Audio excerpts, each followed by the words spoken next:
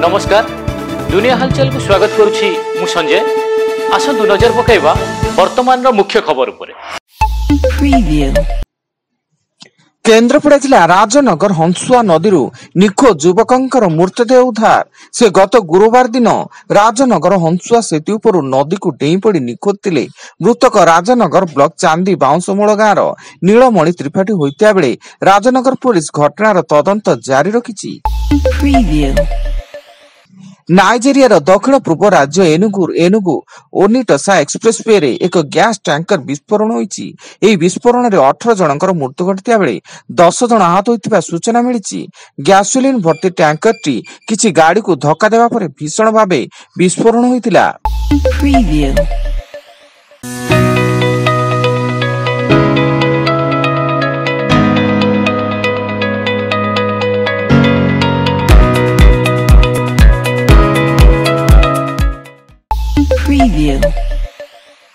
पश्चिमबंगर हावड़ा जिलार संतगाछी एवं शालीमार स्टेशन मध्य दुईटी ट्रेन परस्पर सह धक्का हेबा फଳରେ तीनोटी बगी लाइनच्युत होईछि।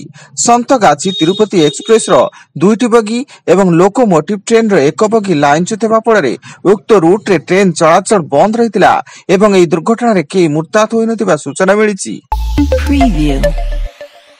अनुगुल जिला बंतला थाना तैला गाँव दंपति सन्देहजनक मृत्यु। मृतक गोड़ी मुंडा साहिर सुर प्रधान एवं सुकांति प्रधान होइता बेले विद्युत आघात लगी उभयंकर मृत्यु होइतिबा संदेह करा जाउछि एवं पुलिस घटना रे अधिक तदंत जारी रखिछि।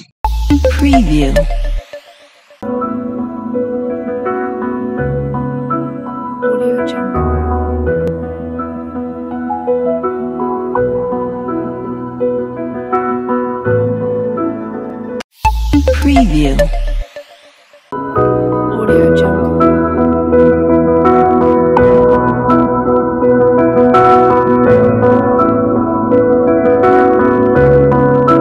Audio Jungle.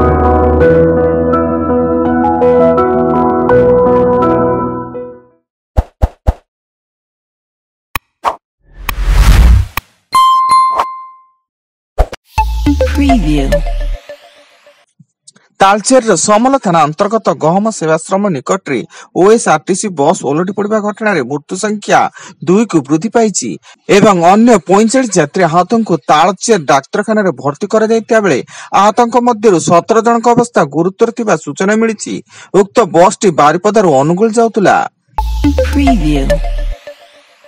मालकानगिरी जिला सीमांत छत्तीसगढ़ बीजापुर भौरव मड़ थाना केशमुंडा गाँव में माओवादी बर्बरकांड पुलिस इनफर्म संदेह रे घरे पशि युवकों को टांगिया साहाय्य हाणी निर्मम भावे हत्या करिसेंती माओवादी।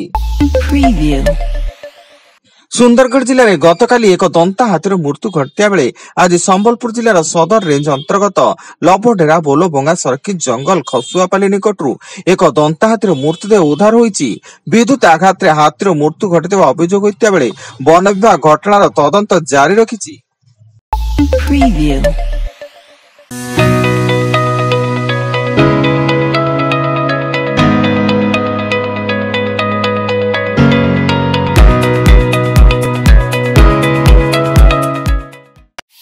Preview.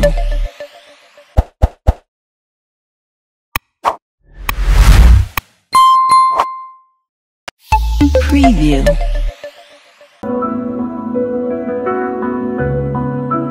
Audio Jungle.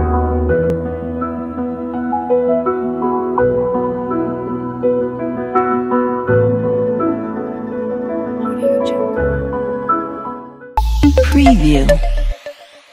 तेलंगानार Warangal Mamunur road रे एक लुहा रड बोझे ट्रक दुईटी ऑटो रिक्शा को ओभरटेक करुवा बेले ट्रक रे थिबा लुहा रड ऑटो रिक्शा ऊपर पड़ी जाइतिला एवं घटनास्थल रे 7 जनकर मृत्यु घटिया सह अनेक आहत होई एमजीएम हॉस्पिटल रे भर्ती थिया बेले मृत्यु संख्या बढ़ी पारे बोली आशंका करा जाउछि एवं पुलिस घटनार तदंत आरंभ करिछि।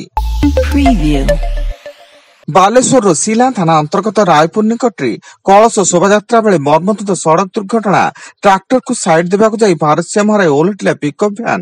ଏହି ଦୁର୍ଘଟଣାରେ 30 ଜଣ ମହିଳା ଆହତ ହୋଇଥିବା ବେଳେ 5 ଜଣ ଗୁରୁତର ହୋଇ ବସ୍ତା ମେଡିକାଲରେ ଭର୍ତ୍ତି।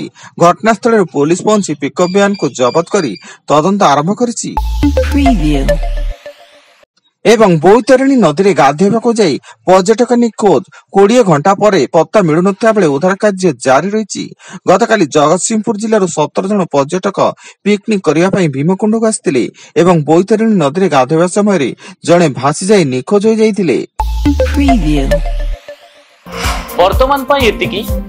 ଅଧିକ ନ୍ୟୁଜ ଅପଡେଟ୍ସ ପାଇଁ ଭିଜିଟ୍ କରନ୍ତୁ ଆମ ୱେବସାଇଟ୍ www.duniahalchal.in। ଧନ୍ୟବାଦ।